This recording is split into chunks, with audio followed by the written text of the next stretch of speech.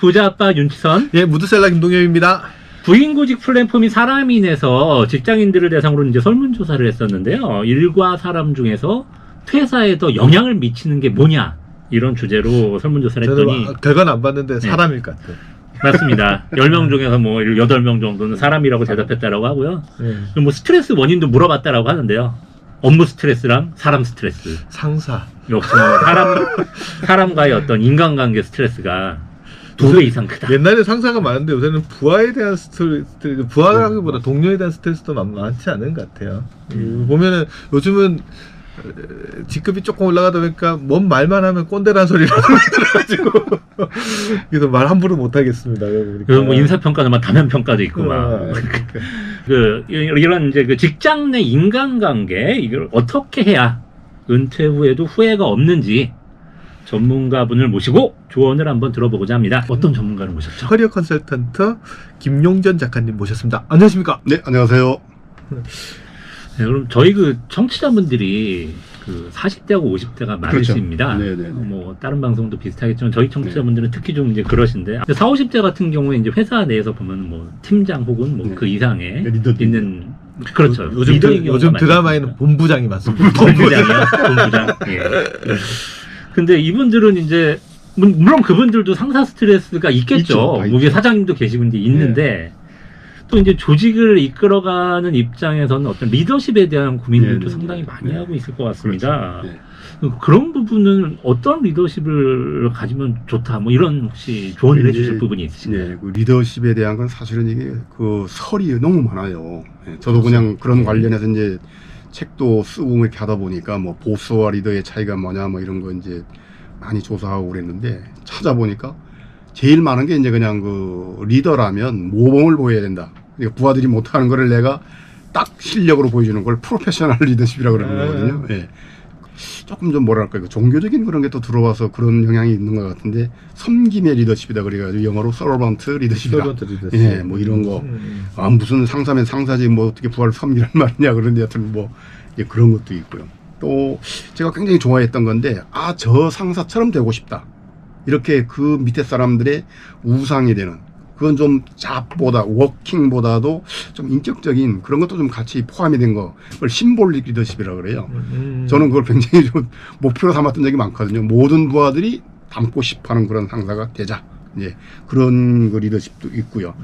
또 뭡니까, 그건 정치인들이 많이 얘기하는 건데, 딱 휘어잡아서 조직을 끌고 가는 아우라가 있어야 된다. 카리스마 리더십이라고 하거든요. 카리스마 리더십. 그런 것도 있고 뭐 여러 가지가 있는데요. 저는 그 중에서 이런 거 저런 거 많이 있지만은, 제 경험상으로 볼 때, 제가 실제로 6억 하는 회사에 가서 그 3천억까지 가고, 또 15명의 조직을 9,500명까지 이제 만들면서 그때 했던 경험으로 보면은, 저는 Y 리더십. 네. Why? 그러니까 how, why. 일에는 3가지가 있거든요. 일에 무엇을, what 하는 거죠. 뭐 해라. 뭐 보험을 가서 많이 팔아라, 책을 팔아라, 아니면 건물을 지어라, 이렇게 뭘 해라 하는 팟이 있고요. 그 다음에는 이제 어떻게 걸어. 그걸 뭐 어떻게 합니까? 어디서 자금 조달합니까? 뭐 지금 시장이 이렇게 어려운데 어떻게 회원수를 늘립니까? 그게 다 how거든요. 대부분의 사람들, 대부분의 상사, 대부분의 조직원이 항상 포커스 두는 게 뭐냐? how예요.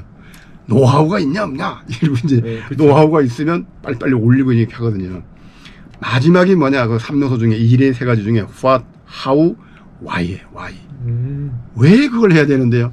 아니, 왜 건물을 짓는데요? 그러는 거죠. 왜 회원수를 올려야 되는데요?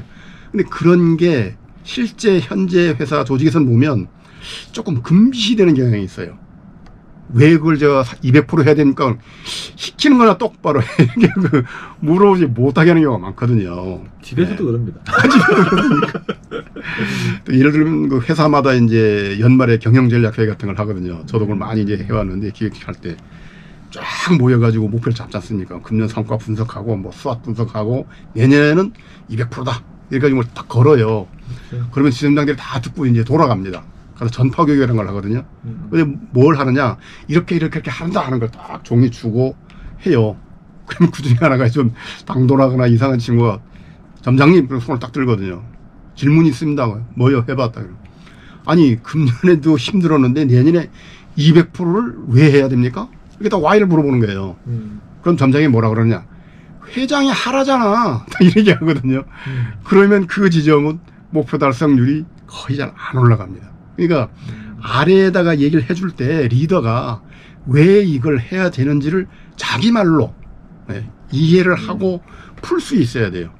특히 어려울 때, 시장 경제가 어려울 때, 조직이 어려울 때 왜 힘든데도 불구하고 우리가 매출을 더 올려야 되느냐, 그거를 얘기를 해야 되는데 대부분 기획실에서 그렇게 짠다잖아, 아니면 경쟁사가 500억 한다잖아, 이런 식으로 이 왜에 대한 게 흐려요. 제 경험으로는 그런 뭐 40대 50대든 팀장이든 조직을 관리하시는 분들이 무엇을 어떻게 할 거냐도 중요하지만은 Y에 대한 것을 정확히 알아야 되는데, 저는 그걸 Y 리더십이라고 부르고 가는 곳마다 말씀하신 게 이게 어차피 조직의 중간 관리자급의 저희 방송 들으신 분도 많을 텐데 그 나이 때 있으면 위에서 다이렉트로 지시를 받는 경우가 많잖아요. 그렇죠. 그런데 그거를 이제 아래 직원들한테 전달을 할 때는 야, 목표가 얼마니까 해, 이게 아니고 그렇죠. 왜 해야 되는지에 대해서 정확하게 잘 설명을 하실 수 있는 게, 그게 이제 리더십, 중간 관리자로서의 리더십을 만들어낸다는 거죠.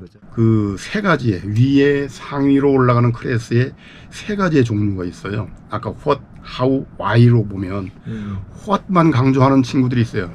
상사들. 이게 보스입니다. 보스형. 이거 저거 말고 까르면 까. 그냥 뭘 저거를 이렇게 하는 거죠. 그 다음에 그걸 하려면 이렇게 해야 됩니다, 저렇게 해야 됩니다, 뭐 수학 분석을 하니까 이렇습니다, 뭐 경쟁사는 이렇게 한답니다, 미국의 선례는 이렇습니다. 이 하우에 아주도 대단한 사람들이 있어요. 이게 관리자예요. 관리자. 매니저. 근데 하우, why, 왜를 알려주는 사람, 저는 이게 진짜 리더라고 봐요. 그래서 어떤 회사든 또 이 사회도 마찬가지예요. 사회도 왜 자꾸 어지러워지냐면은 리더가 적어서 그래, 리더가. 왜를 가르쳐줘 가지고 딱 단합시키는 그런 게 적고, 그래서 저는 Y 리더십이 굉장히 중요하다 그래요. Y 리더십. 최근에 그거 바다비안이라는 책에서는 이제 리더 유형을 이제 뭐 크게는 두 가지, 좀 나누면 네 가지 정도로 나눴는데. 여기서 크게 그 리더 유형을 간단하게 설명해 주시기 중에 가장 되지 말아야 될 리더형, 그리고 가장 바람직한 리더형, 이런 것 좀 설명해 주시죠. 그게 이제 저는 크게 분류해서 그 속성 자체가, 그러니까 어떤 리더의 자리에 있을 때 어느 쪽을 더 치중하느냐, 그걸 가지고 이제 먼저 두 개로 나눴거든요. 결과에 치중하는 사람, 그게 이제 오너십 리더예요. 그게 말 그대로 오너십이랑 우리말로 주인의식이라고 번역을 하는데, 주인의식이 아니고 소유. 그러니까 뭐 이리 가든 저리 가든 무슨 뭐로 가든 매출 1000억이 나오면 그 1000억만 내 거다, 이렇게 생각하는 그런 리더들, 그것을 만드는 과정, 프로세스, 그걸 또 중시하는 그 아주 잘난 사람들이 있어요. 훌륭한 그런 기법을 많이 부리는 그런 사람들이 이제 그 참모거든요. 스태프십인데 그 두 개 중에서 다시 또 둘로 나눠요. 저는 오너십은 완전히 혼자 먹겠다고 하는 이제 독점형, 그걸 저기 영어로 이제 MO라 그러는데 모노폴리 오너십 리더다, 이렇게 얘기를 하는데 독점형 오너. 안 나누는 거죠. 그런 사람이 있고, 그 다음에 쉐어하는 사람이 있어요. 근데 제가 이론상 책을 쓰다 보니까 그렇게 구분을 했지, 실제로 찾아보니까 소위 SO, Sharing Ownership 리더는 거의 찾아보기가 드물더라고요. 그 다음에 이제 참모들은 스태프십 리더인데 순수하게, 완전히 순수하게 과정만 즐기는 거죠. 그 어떤 일하는 그 과정만 즐기는 그런 거를 저는 이제 순수형이라고 퓨어 스태프십 리더 가지고 PS라고 불러요. PS. 그 다음 또 하나는 이제 커닝 스태프십 리더라고 해서 CS라고 부르거든요. 계산형, 계산하는. 그러니까 내가 그 과정에 몰입해가지고 일을 하면서도 언제 떠나야 될 거냐, 또 위에서 항상 나를 어떻게 보고 있느냐, 언제 치려고 하나, 이런저런 것들을 항상 생각하는. 역사적으로 보면 이제 가장 대표적인 사람이 장량 같은 경우죠. 장자방. 딱 일이 이루어지고 나서 떠나버리는 거예요. 장량과 한신의 차이를. 바로 근데 한신 같은 경우는 오로지 그냥 이 자기가 대장금을 휘둘러 가지고 그 천하를 통일하는 데만 관심이 있었지, 통일한 거를 자기가 가지려고 하는 마음은 없었어요. 그냥 유방이 밑에서 그냥 오로지 무공만 자랑을 하는 거죠. 제가 볼 때는 뭐 대부분의 직장인들이 이제 자기가 오너가 아니라면은 스태프십 리더인데 CS 리더가 저는 맞다, 그렇게 봐요. 계산형. 계산이라는 게 나쁜 의미가 아니에요. 준비하는 거죠, 어떻게 보면 미리. 근데 대부분 몰입해서 일을 하다 보면 이 참모형 리더들이 거의 PS로 가요. 거의 다. 내가 이렇게 많은 일을 했다 이런 것만 생각을 하고 잘한다 이런 걸 자랑하지 과연 언제 갈 거냐 뭐 과연 어떻게 내가 신변 안전을 받을 거냐 이런 것들은 잘 생각을 안 하는 경우가 많더라고요. 예. 그래서 시대적인 뭐 그런 게 아니죠. 사실 뭐 어떤 때라도 보면은 좀 그런 계산을 하는 이제 그런 쪽으로 생각을 해야 된다는 생각입니다. 정확하게 보면 회사 일을 하면서도 네. 전체 자기 인생에 대한 관도 네, 같이 네, 한번 네. 그려보면서 회사 그렇습니다. 일을 하자는 네. 그런 말씀 같네요. 최근에 이제 그 직원들 중에서 이제 뭐 워라밸을 중시하는 근로자들이 네네네. 상당히 많이 있습니다. 그렇죠. 아무래도 뭐 딱 칼퇴를 난 오늘 하겠다 그래 칼퇴를 딱 하고 네. 집에 뭔가 이제 다른 네. 가족과의 삶을 보내든가 아니면 자기 뭔가 좋아하는 좀 취미 활동을 하든가 어려운 질문이 나올 것 같아요. 이런 분들이 많은데 네. 상사들은 안 그런 경우도 많거든요. 그렇죠.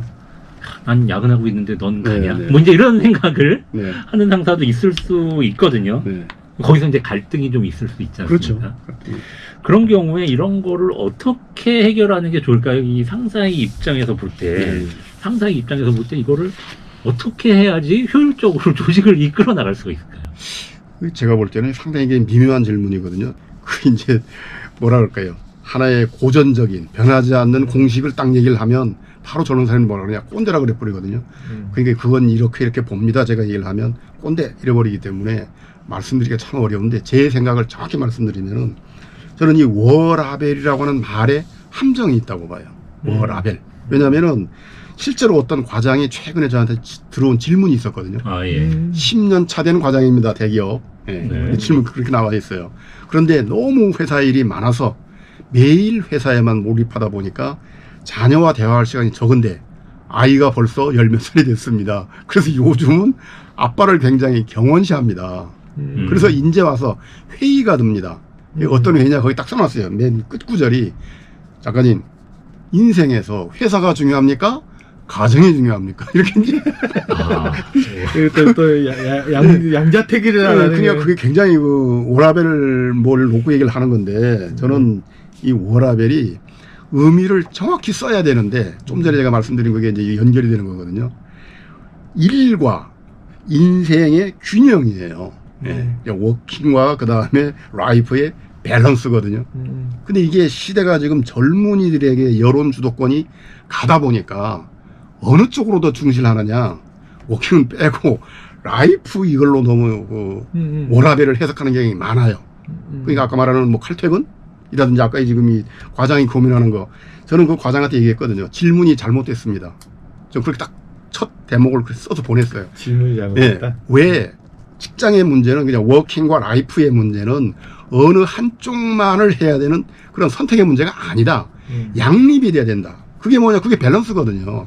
그렇죠. 더 풀어서 얘기를 하면은 일을 할 때는 어떻게 일도 해야 되고 가정에 충실할 때는 내 인생에 충실할 때는 내 인생에도 충실하는 양쪽에 매일 365일 그냥 뭐 가정만 충실해가지고 회사를 버린다?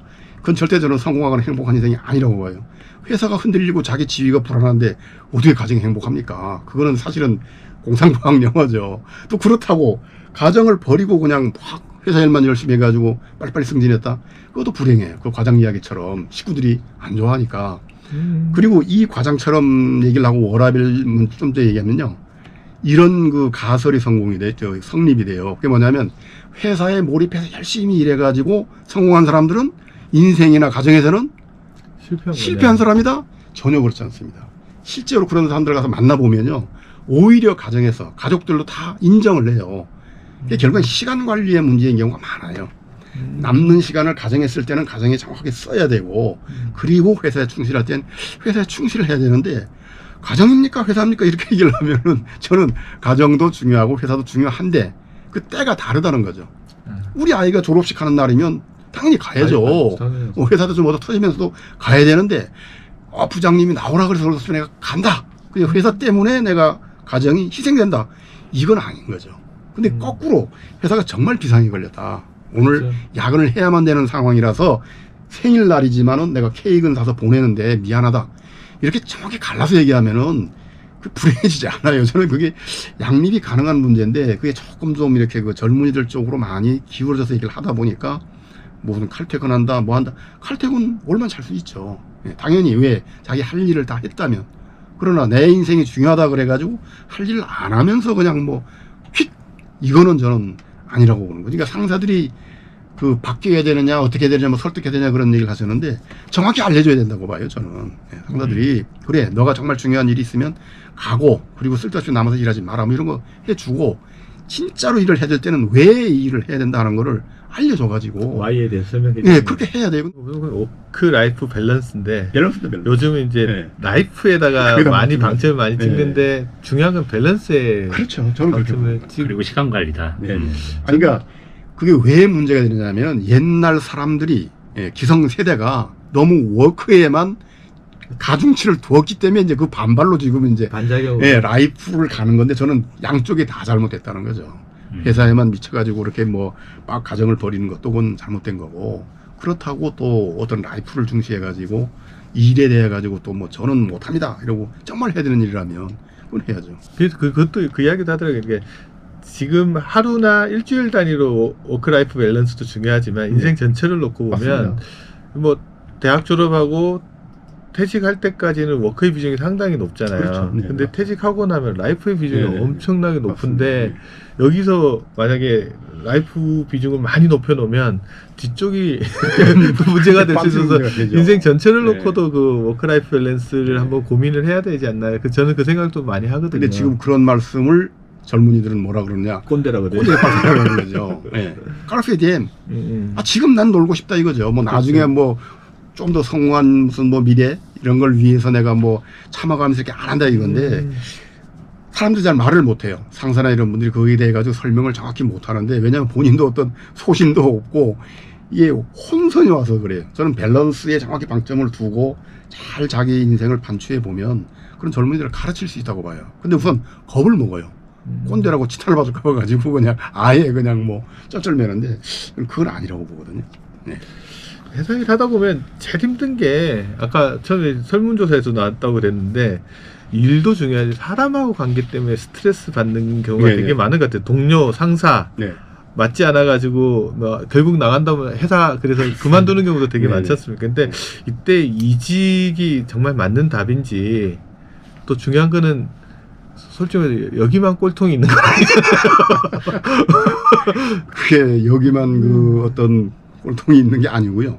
다른 데로 가면 여우를 피하다가 호랑이를 만나는 경우도 굉장히 많습니다. 이건 실제 왜 그러냐면 저한테 들어오는 질문 중에 이전 회사로 돌아가고 싶다 이런 질문도 굉장히 많아요. 알비백도 네, 아니고 실제로 그러니까 돌아가고 싶은데 과연 가면 반겨줄까요? 뭐 가는 게 맞을까요? 하는데 그게 왜 그러냐면은 충동적 이직 때문에 그래요. 충동적 사표. 근데 그 충동이 어디서 오느냐?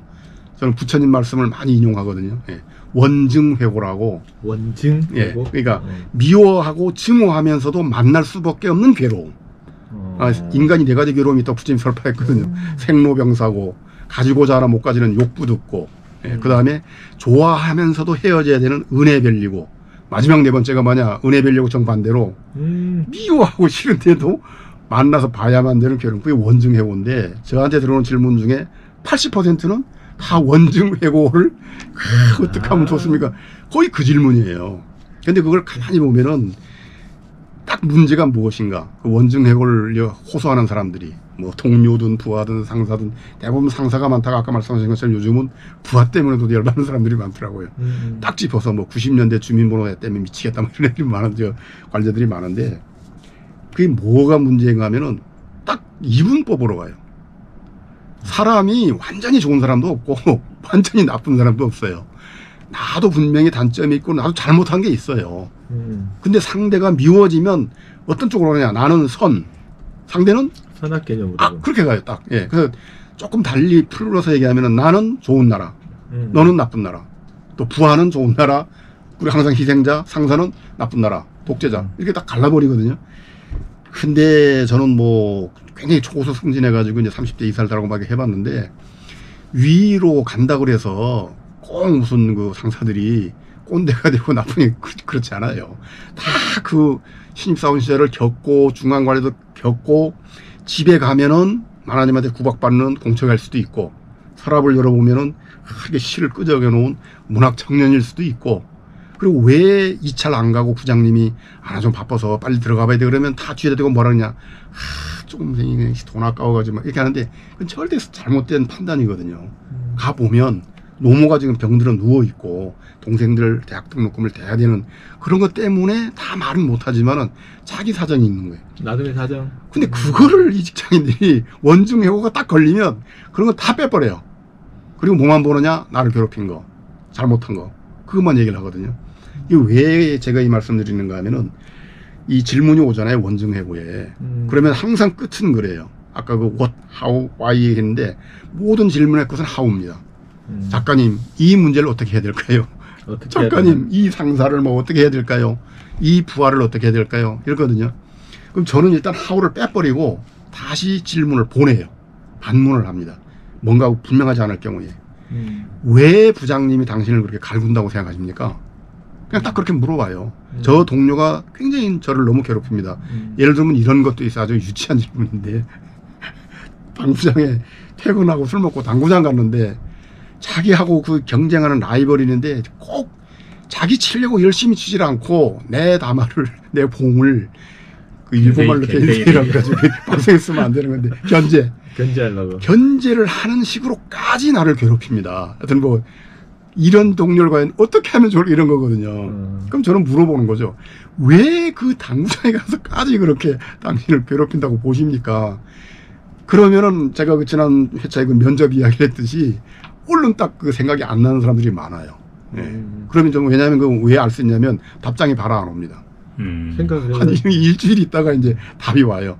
사실은 이렇게 해가지고 지난번에 술 먹다가 제가 실수해서 야, 이 또라이가 한마디 했는데 그때부터 뭐 틀어졌습니다. 라든지 뭐가 이거 나와요. 그러면 거기서 또 더 들어가요. 왜 또라이라고 했습니까? 그렇잖아요. 그러면 이제 또 그때는 좀 짧아져요. 이제 한 4월 만에 또 회답이 와요. 사실은 뭐 이래저래 가지고 하는데 기획회의를 할 때 내 얘기가 분명히 맞는데도 저 사람이 내가 라이벌이라 그래가지고 일부러 무조건 막 반대를 했습니다. 그럼 또 들어가는 거예요. 아니 내가 분명히 나은데 왜 그 동료가 왜 반대를 했을까요? 정말로 당신이 나은 게 맞습니까? 그럼 또 이제 회답이 오죠. 그렇게 가다 보면 최장제가 한 7번 정도를 서로 이게 교신을 주고받은 그런 경우도 있었는데요. 7번째 가잖아요. 그럼 뭐가 올까요? 항복문서가 옵니다. 항복문서. 작가님 무엇이 문제인지 정확히 알았습니다. 예. 그렇기 때문에 앞으로는 이러이러하겠습니다. 그럼 그때 이제 제가 그 솔루션을 줘요. 생각 잘하셨습니다. 이건 내가 볼 때 이러이러해서 원초적인 그런 어떤 그 원중해고의 뿌리가 이렇게 생긴 것 같고 그거를 당신이 풀어야 된다. 풀 용기가 없으면 뭐 글로 써가지고 뭐 주든지 하여튼 이걸 안 푸는 한 계속 어떻게 할 거에 떠나봐도 거기 가면 더 또 다른 꼴도 있을 수 있는데 피하는 것은 정답이 아니다. 이제 이런 식으로 하기 때문에 그 뭐라 그럴까 이게 감사의 편지가 오는 경우가 굉장히 많아요. 그러니까 정확히 알게 됐다는 거거든요.